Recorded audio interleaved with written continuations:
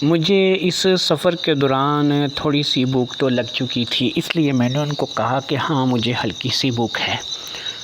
انہوں نے کہا کہ ایسی کون سی بات ہے، مجھے بھی اصل میں بھوک محسوس ہو رہی تھی، تو اس لیے میں نے تم سے پوچھ لیا، چلو کہیں اچھا سا بیٹھ کے کھانا کھاتے ہیں۔ وہ مجھے ایک ہوٹل میں لے کے گئے اور پھر وہاں پر بیٹھ کر کے انہوں نے کھانے کے لیے آرڈر دیا۔ وہ ریشین زبان میں ان سے بات کرتے تھے جس کی مجھے سمجھ نہیں آتی تھی۔ مجھے نہیں پتہ تھا کہ میرے سامنے اب جو کھانا آنے والا تھا وہ حلال ہے یا حرام ہے، لیکن بہرحال میں اتنا جانتی تھی کہ وہ ایک مسلمان ہے اور اس سے پہلے بھی انہوں نے جو کھانا منگوایا تھا وہ ہمارے ملک میں ہی بنے ہوئے کھانوں جیسا تھا، تو اس لیے میں نے اسے حلال سمجھ کر ہی کھا لیا تھا۔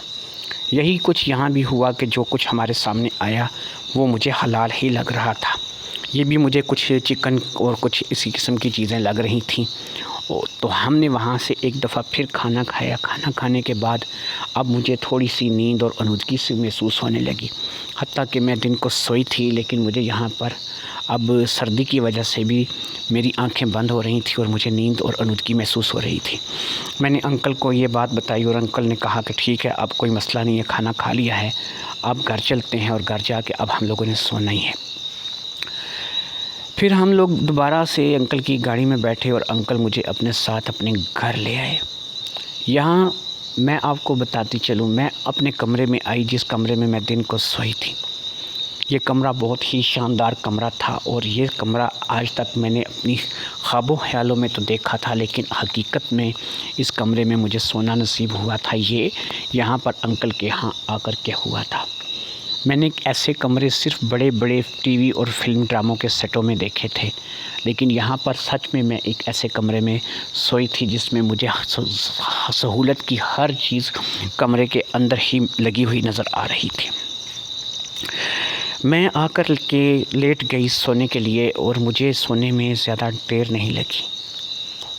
میں کیونکہ تھکی ہوئی تھی اور پھر میں اتنا سفر کر کے گھوم پھر کے شہر سے آئی تھی، پھر یہ ہے کہ سردی کی وجہ سے مجھے نیند بھی بہت آتی تھی۔ یہ یاد رکھیں، آپ کو بتاتی چلوں کہ یہ ایک جنرل بات ہے کہ جب آپ کے دماغ میں گرمی ہوگی یا موسم گرم ہوگا آپ کو نیند کم آئے گی اور آپ کی نیند جو ہے وہ اچھے طریقے سے پوری نہیں ہوگی، لیکن اگر موسم ٹھنڈا ہوگا، سرد ہوگا اور آپ سوئیں گے تو آپ کو نیند زیادہ آئے گی۔ میرے ساتھ بھی یہی ہوا تھا۔ میں آلودگی کے عالم میں ہی اب بستر پر آ کر کے لیٹی تھی اور پھر لیٹتے ہی میری آنکھ لگ گئی تھی اور میں سو گئی تھی۔ رات تو کافی ہو چکی تھی جب میں سوئی تھی۔ مجھے اتنا پتہ ہے کہ قریب ہم لوگ 12 بجے کے قریب گھر واپس آئے تھے اور 12 بجے آدھی رات ہوتی اور پھر میں آ کر کے لیٹی تھی اور مجھے نیند نے ایک دم سے ہی آ کر دبوچ لیا تھا، تو تقریباً اندازہ لگا سکتی ہوں کہ 1 بجے تک میں سو چکی تھی۔ اسی رات کی بات ہے، ٹائم کا مجھے اندازہ نہیں ہے، ٹائم کا مجھے بالکل ہی پتہ نہیں ہے کہ کیا ٹائم ہوا تھا کیا نہیں ہوا تھا۔ مجھے ایسا محسوس ہوا اور یہ سوتے ہوئے میں نے محسوس کیا کہ میں جس بستر میں سو رہی ہوں، میں اس بستر میں اکیلی سو نہیں رہی ہوں، بلکہ میرے ساتھ بھی کوئی ہے کہ جو لیٹا ہوا ہے۔ لیکن میرے اوپر اس قدر آلودگی تھی، مجھے اس قدر نیند آ رہی تھی کہ مجھے ہمت نہیں ہو رہی تھی کہ میں اٹھ کر کے آنکھ کھول کر کے دیکھوں کہ کون ہے جو میرے پاس سو رہا ہے، یا پھر یہ حقیقت ہے یا میں کوئی خواب دیکھ رہی ہوں۔ لیکن ان تمام باتوں کے باوجود بھی میں آپ کو یہ بتاتی چلوں کہ مجھے نیند میں تھی یا پھر نیند سے جاگ رہی تھی یا کچھ بھی تھا، جو بھی میری کیفیت تھی، مجھے اس کیفیت میں یہی محسوس ہو رہا تھا کہ میں باقاعدہ سے جو ہے وہ میرے ساتھ کوئی ہے جو کہ اس کمرے میں اس بستر پر موجود ہے۔ اور پھر یہ میری باتیں جو ہیں خواب و خیال تک محدود نہیں رہیں، بلکہ حقیقت کا یہ باتیں روپ دھارنے لگیں۔ مجھے سمجھ آنے لگی کہ وہ کون ہے اور میرے ساتھ بستر پر کیوں موجود ہے۔ کون ہے یہ تو آپ کو بھی پتہ ہے کہ صرف اس گھر میں میرے علاوہ ایک ہی اور شخص باقی تھا، وہی انکل جن کے ساتھ میں یہاں پر ہزاروں میل کا سفر طے کر کے آئی تھی۔ کیوں ہے اس کا جواب بھی آپ کو مل ہی چکا ہوگا کہ میں ایک 19 سال کی خوبصورت خوبرو نوجوان لڑکی تھی۔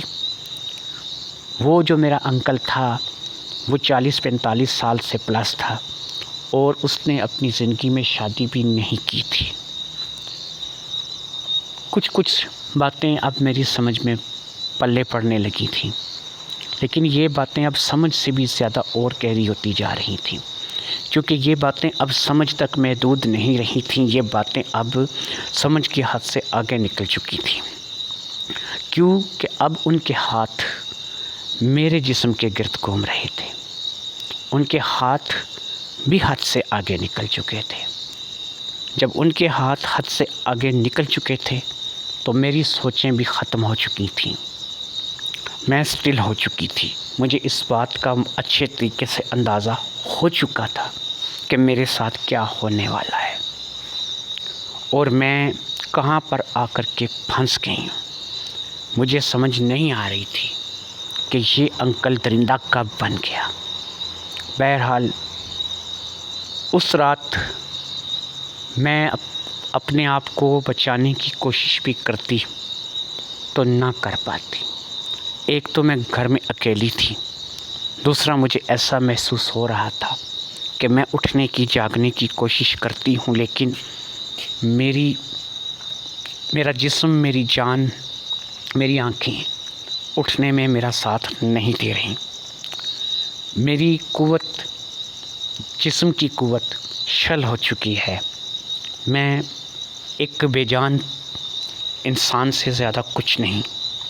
میں جتنی کوشش کر رہی تھی اپنے آپ کو ذہنی طور پر بیدار کرنے کے لیے، میں اس میں کامیاب نہیں ہو پا رہی تھی۔ مجھے سمجھ نہیں آ رہی تھی کہ میرے ساتھ ایسا کیوں ہو رہا تھا، اور اس کنڈیشن کی وجہ سے اس درندے کا مکمل بس مجھ پہ چل رہا تھا۔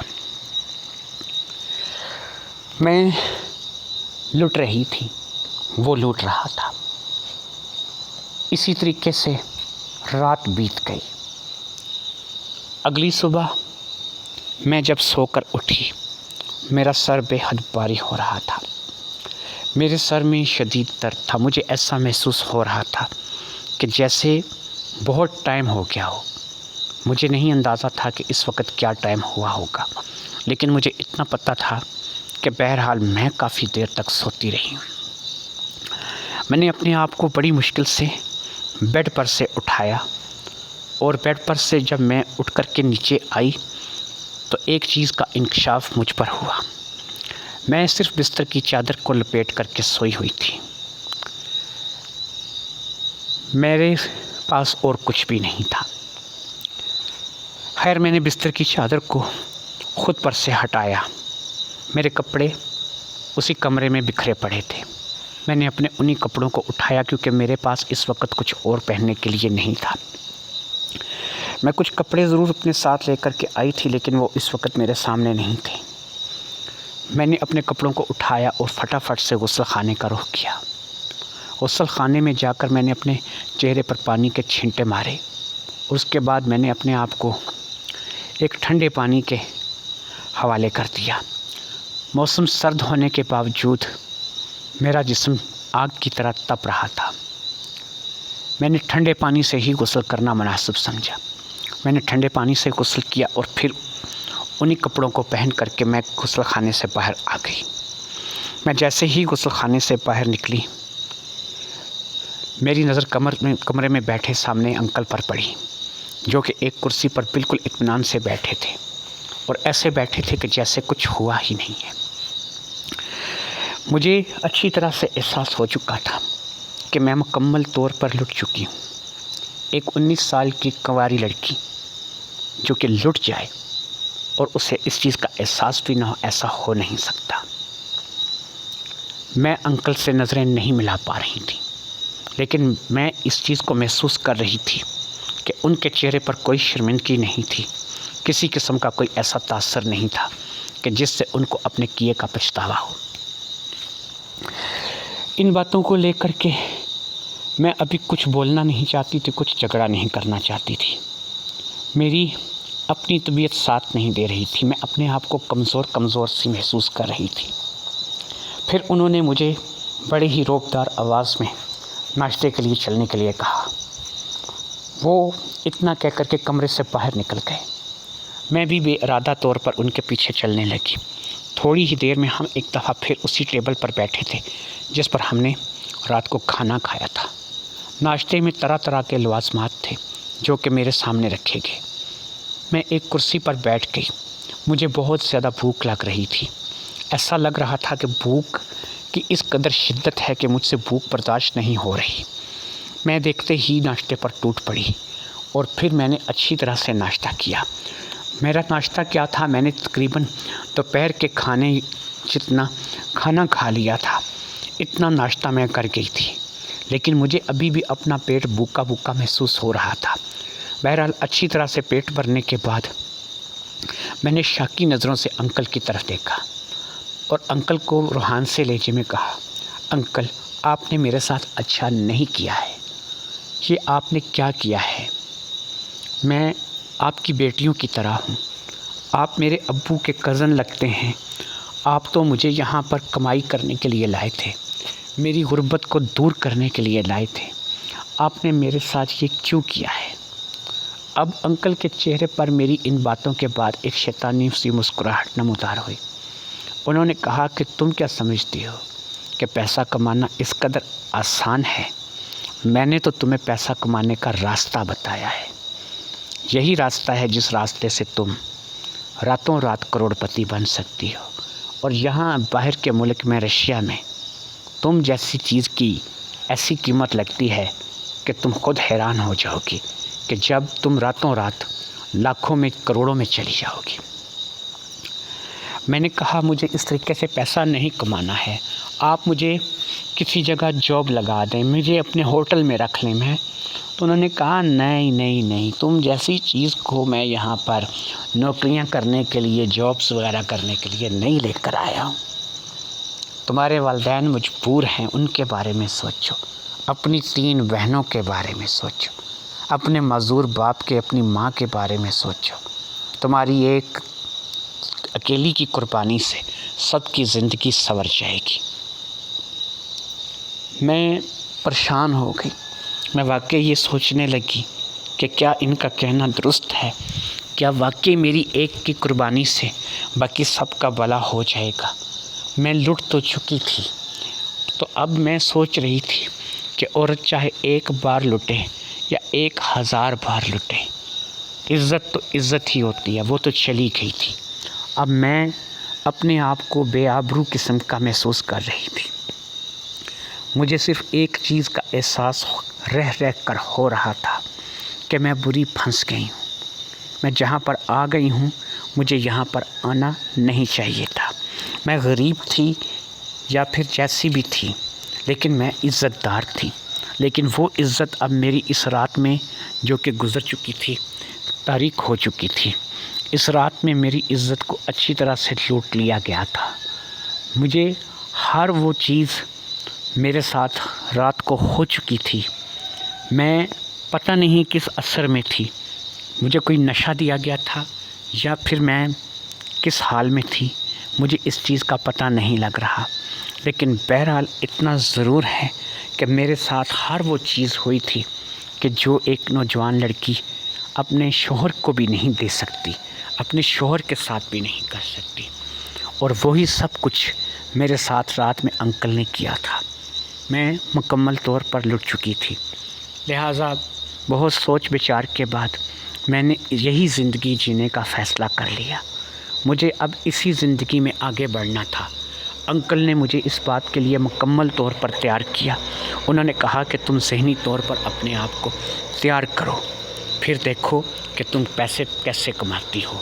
تمہارا معذور باپ، تمہاری ماں اور تمہاری بہنیں تمہاری وجہ سے پیسوں میں کھیلیں گی۔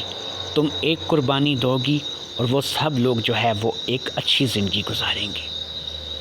اس کے بعد میری ایک نئی زندگی کا آغاز ہو گیا۔